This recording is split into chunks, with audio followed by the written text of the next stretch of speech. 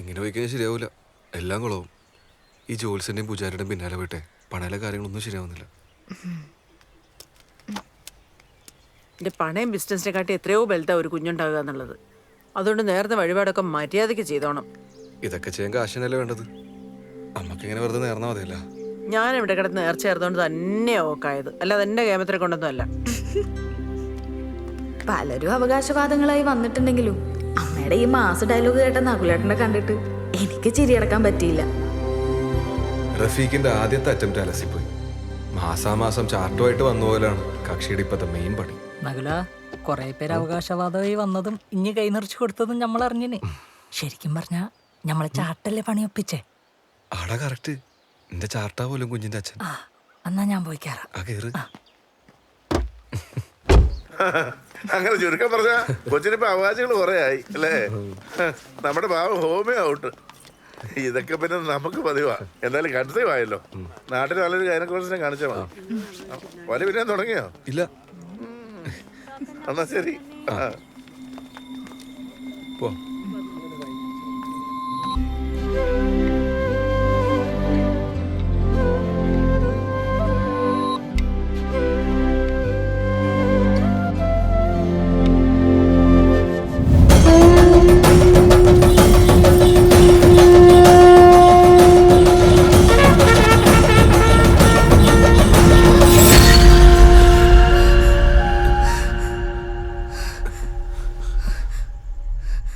എന്താ പറ്റിയ?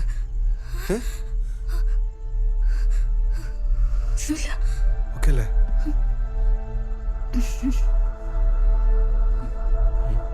കിടക്ക.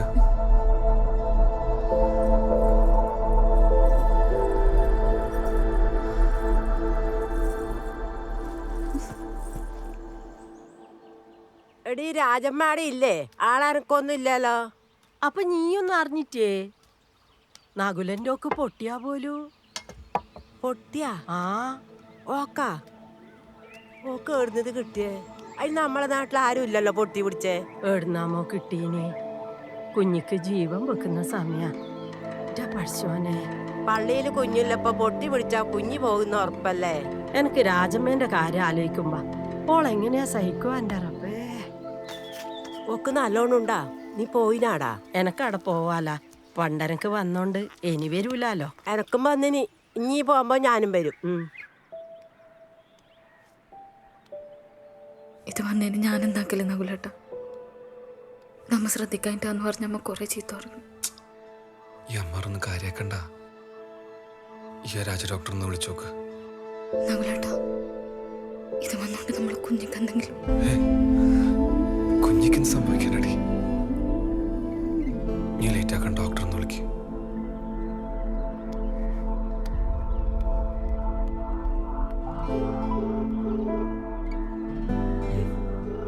ഹലോ ഡോക്ടറെ, ഞാൻ ശാലിനിയാണ്. പറഞ്ഞോ. ഡോക്ടർ, എന്റെ കയ്യിൽ നിന്ന് പൊന്തി വന്നിട്ടുണ്ട്. അത് ചിക്കൻ ബോക്സ് ആകുമെന്ന് ചെറിയൊരു സംശയം. ശാലിനി ഒരു കാര്യം ചെയ്യ്. ആ പൊന്തിയ ഭാഗം ഒരു ഫോട്ടോ എടുത്ത് വാട്സപ്പിലേക്ക് ഞാൻ നോക്കിയിട്ട് പറയാം. പെട്ടെന്ന് അയച്ചോ. ഓക്കെ ഡോക്ടർ, ഞാൻ വിളിച്ചോളാം. ശരി. എന്താ കാണിച്ച?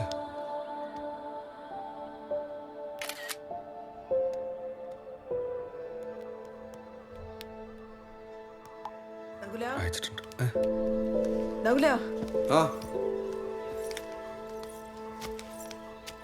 നാട്ടുകാരെല്ലാം അറിഞ്ഞിനി. എല്ലാരും പറയുന്ന അലസി പോവുന്ന ചെയ്ത വഴിപാടെല്ലാം വെറുതെ പോവാനെ. അതിനിത് നാട്ടുകാരെന്നല്ലല്ലോ തീരുമാനിക്കണം, ഡോക്ടറല്ലേ? എന്നാ ഞാൻ ഓളെ കൊണ്ട് ഡോക്ടറെ അടുത്ത് പോ. അമ്മ ഇത് സാധാരണ അസുഖമൊന്നുമല്ലല്ലോ, ചിക്കൻ ബോക്സ് അല്ലേ? ഓള് ഡോക്ടർ വിളിച്ച കാര്യം പറഞ്ഞ് തിരിച്ചു വിളിക്കാന്ന് പറഞ്ഞു.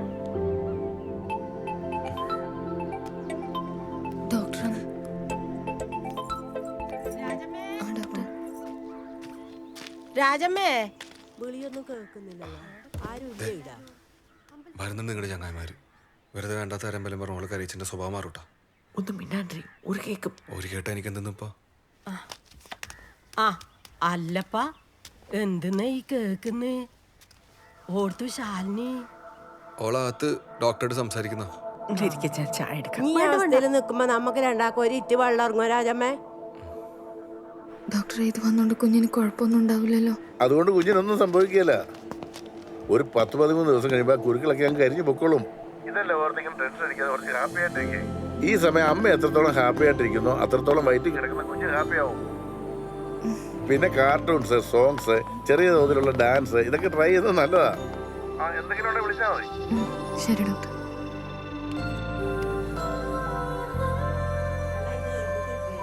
ആ ഏടുന്ന കിട്ടിയെന്ന് ആർക്കറിയാം. വന്നപാടെ പനിക്കുന്നു.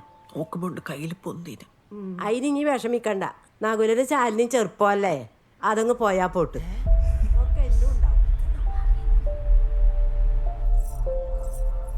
നിങ്ങളെല്ലാം കൂടെ തീരുമാനിച്ചു എന്റെ കുഞ്ഞ് അലസി പോകുന്നേ? ശാലിനി അകത്ത് പോ. അമ്മൊന്നും മിണ്ടാണ്ടിരിക്കമ്മേ.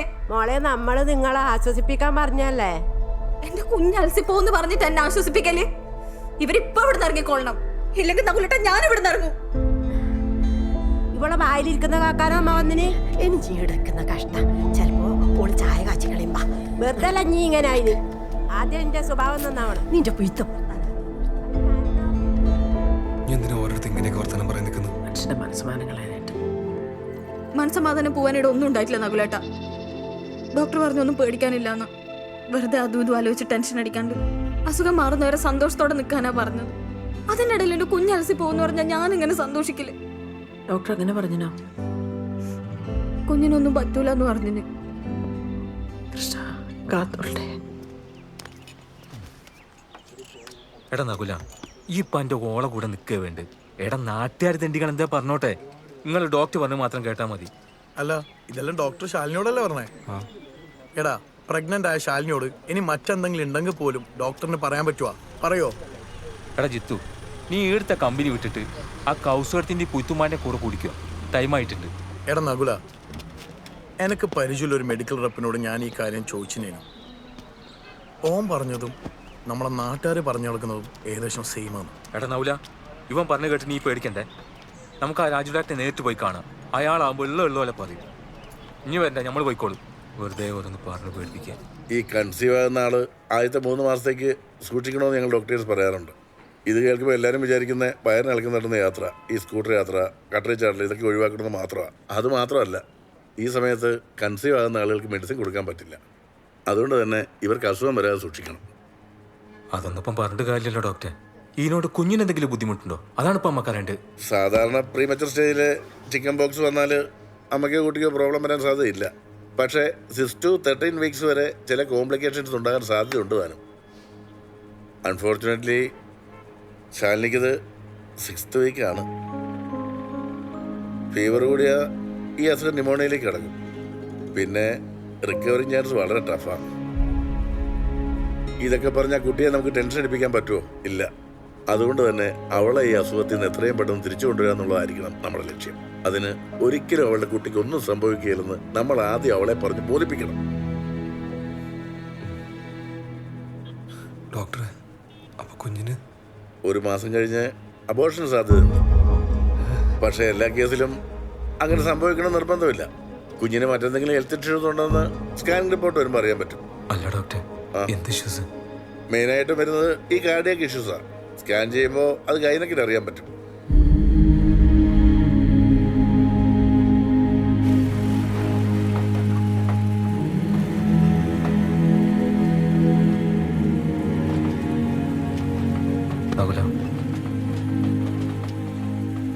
നിങ്ങൾക്ക് എന്തെങ്കിലും പറഞ്ഞ് സമാധാനിപ്പിക്കാം. ഞാൻ എന്ത് പറഞ്ഞിട്ടാണ് അവളുടെ നിൽക്കട്ടെ? എനിക്കെന്താ പറയേണ്ടതെന്ന് അറിയില്ലടാ അവളെടുത്ത്. എടാ, ഇനി ഇങ്ങനെ ഇമോഷണൽ ആയിട്ട് കാര്യമില്ല. എല്ലാം പോസിറ്റീവായിട്ട് കാണും. ഒന്നും സംഭവിക്കില്ലടാ. നമ്മളത്ര കൊതിച്ചാന്നൊരു കുഞ്ഞിന് വേണ്ടി ആ കുഞ്ഞ് പോയി പോകുന്ന പറഞ്ഞാൽ ഒക്കെ സഹിക്കാൻ പറ്റില്ലടാ. കുറപ്പാ. ഓക്കൊന്നും പറ്റുന്നേയുള്ളൂ എനിക്കിപ്പം. എടാ, ഓക്കൊന്നും പറ്റൂല. എനിക്കറിയില്ല എന്താ ചെയ്യേണ്ടതെന്നിപ്പം. പേടിയാവുന്നു.